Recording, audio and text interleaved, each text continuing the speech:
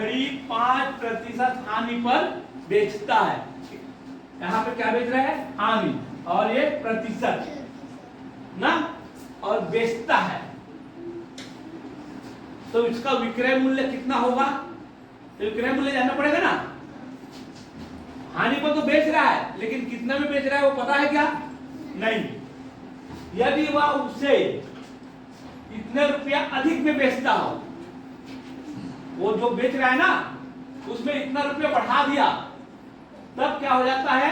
10% लाभ हो जाता है। इतना बढ़ाया मतलब इसके बराबर होगा, 10% लाभ के बराबर होगा।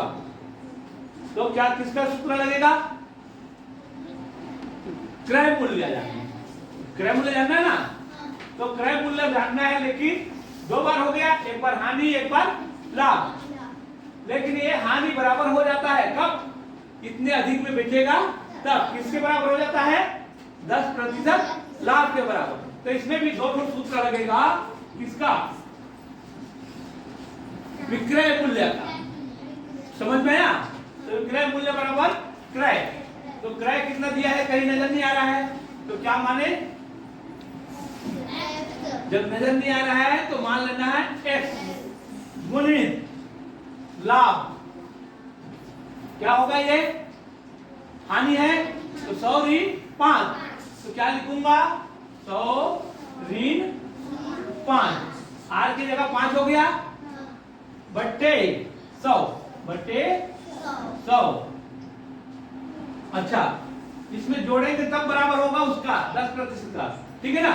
इसको जोड़ो, 56.25 को जोड़ते हैं तब बराबर होगा किसका?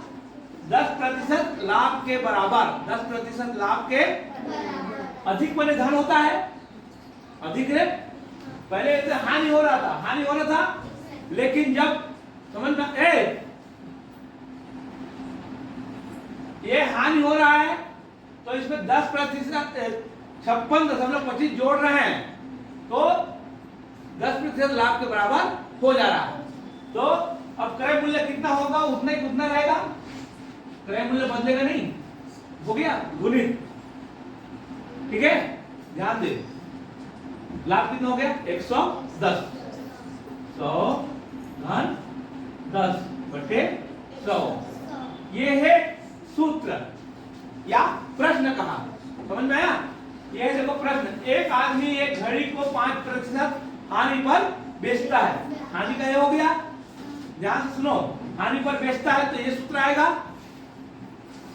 और क्रय मूल्य नहीं दिया है, क्या निकालना है? विक्रय बराबर निकालना है।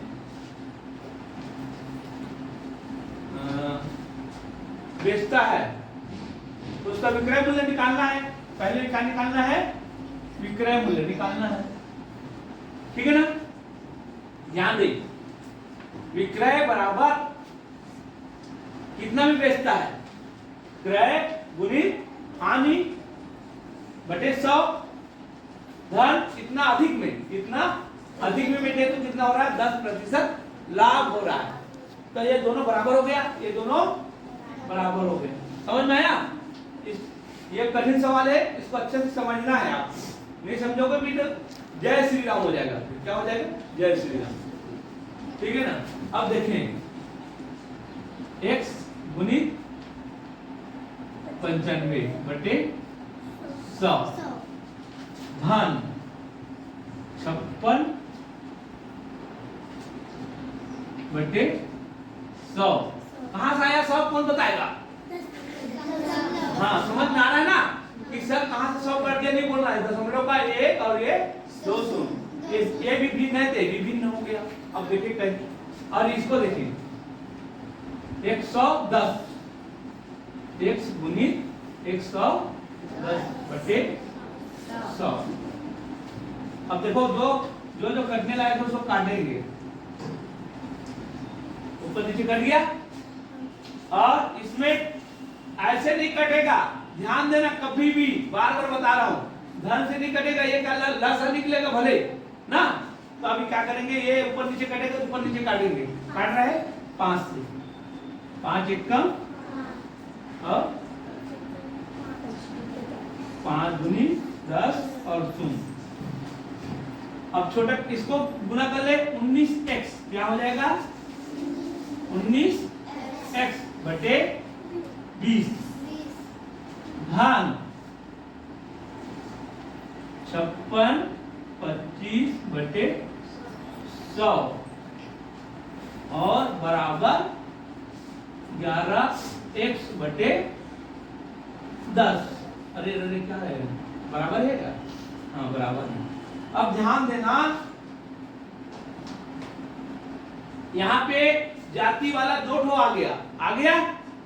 तो ये जब जाति वाला आता है 19x बटे 20 धन 5625 बटे 100।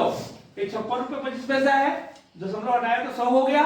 समझ में आया? बराबर 11x। यहां तक को हो गया। आगे चले, 56 25 बटे 100 बराबर 11x बटे 10 ऋण 19x बटे 20। अब इसमें से लसा निकालेंगे तो क्या आएगा, 20। ठीक है ना? अब एक कितना बार में हो रहा, 10 दूनी, तो 2 को ऊपर गुना किए तो हो गया 22x। 11 दूनी 22x, 20 को भाग दिए, 20 एक कम 20, 30 एक कम को यहाँ करेंगे, 19 एक कम 19 को उतना रहेगा, और ये इस पोर्शन वाला इधर रहेगा। ठीक है ना? एक इसका स्वरूप है 56.25 का बटे 100 कर दिया, दशमलव हटाने के बाद में 5625 हो गया। अब क्या करते हैं, इसको घटाते हैं, क्या आएगा, 3x बटे 20। और इधर का तो ऐसी कैसी है, ये कितना है, 100।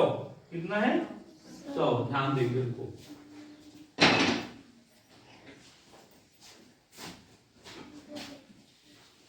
ये है 100। ठीक है ना?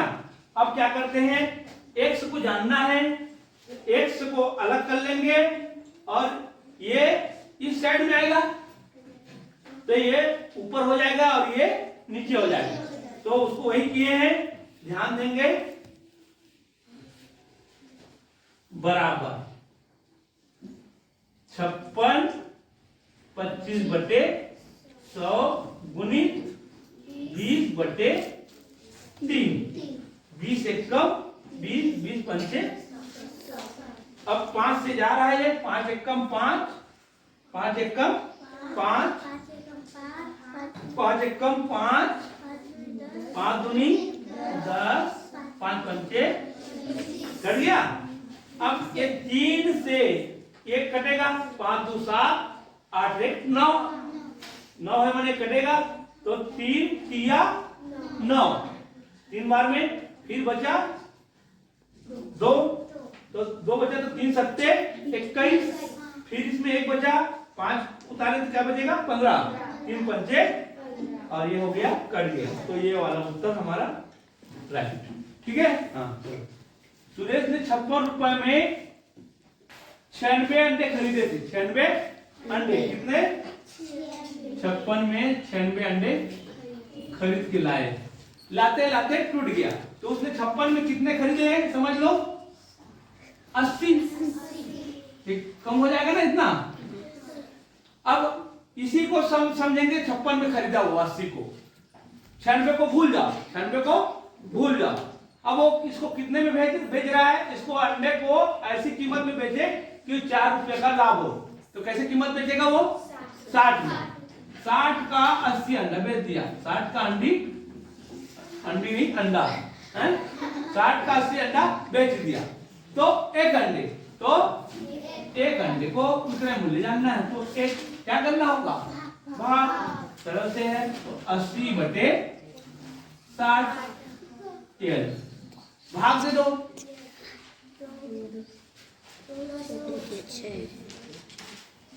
80 6 भागे 6 कितना बार में जाएगा, एक बार में जाएगा। नहीं, एक अंडे का कहाँ आया, उल्टा हो गया ना, एक अंडे का निकालना था। अरे यहाँ पे गड़बड़ हो गया ना, तो कैसे होगा, ये तो रुपया आ गया। 60 रुपए में 80 अंडा, ठीक है ना। तब उल्टा लगाना है, 1 घंटे का जानना है ना। 80 को पहले लिखेंगे, 80 अंडों का मूल्य, 80 अंडों का मूल्य कितना, 60 रुपये है। तो तब 1 अंडों का, तब 1 अंडे का, ऐसा होगा। समझ में आया। 80 अंडों को पहले रखेंगे ना, तभी से 1 अंडा जानेंगे। क्वेश्चन में 1 रुपये में कितना अंडा मिलेगा वो हो जाएगा, ठीक है ना। अब 60/80, थोड़ा थोड़ा में कितना फर्क हो जाता है। अब 6/8, ठीक। अब इसको जाता नहीं है तो क्या लगाएंगे, वही दशमलव, शून्य मार करके दशमलव लगाएंगे। ये शून्य हो गया, दशमलव का शून्य। अब देखो कितना बढ़ जाएगा, 8 7 56। देखो उत्तर दशमलव का शून्य।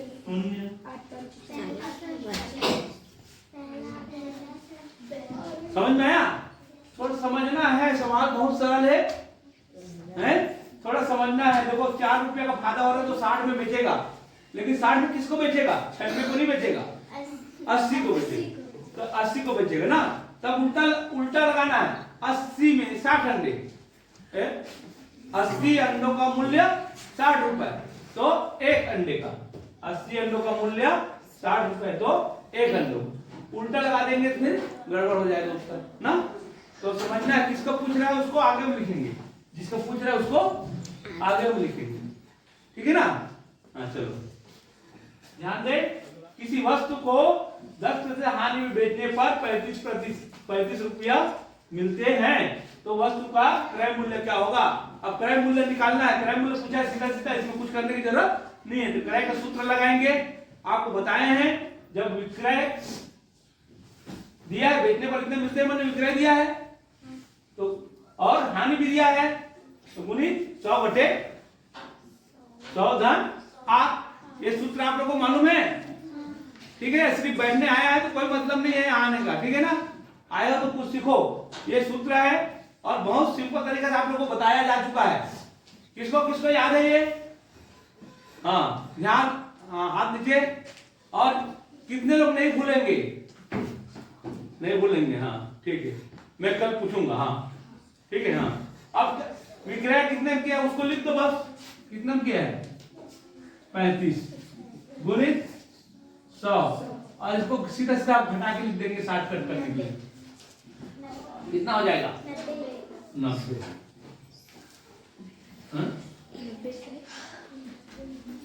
हो गया। अब जो कटेगा उसको काटना है ना। अब ये 9 से कटेगा नहीं कटेगा, देखो। हाँ तो आप लोग को जोड़ने सीखना है ना, फटाफट जोड़ने हैं। इसका जोड़ क्या आना चाहिए, 9 आना चाहिए। 9 भाग जाएगा, 9 एकम 9, 9 एकम, हाँ कितना बच गया, 4। कितना बढ़ जाएगा, तो क्रय मूल्य क्या हो जाएगा उसका, 150। सरल है कि नहीं है, हाँ चल ठीक। ध्यान दे, 400 सभी देखें, 450 की वस्तु है को कितने में बेचा जाए। तब आपको समझ में आया, 450 की वस्तु है मैंने क्या होगा, क्रय मूल्य होगा। अब उसको कितने में बेचा जाए कि 10% लाभ होगा, 10% लाभ होगा। तो क्या है, क्या पूछा है, विक्रय मूल्य। क्या पूछा है, विक्रय मूल्य कितने में, ये देखो कितने में बेचा जाए। तो विक्रय निकालेंगे भाई,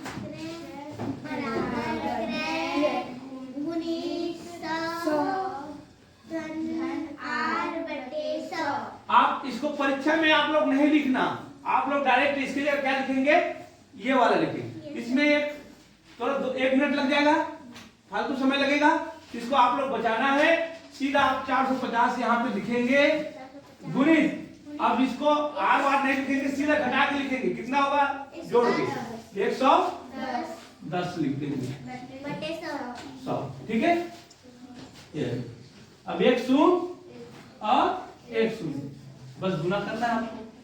11 पंचे 55, 11 पंचे 55, हंसी लाया 5, 11 चक 44, 44 और 5 49। ठीक है ना? तो आपको ज्यादा कुछ करने की जरूरत नहीं है, इतना ही लिखना है। इसको लिखते नहीं रहना, समझना है। ये कब काम होगा? जब घर में पढ़ोगे तब। चलो।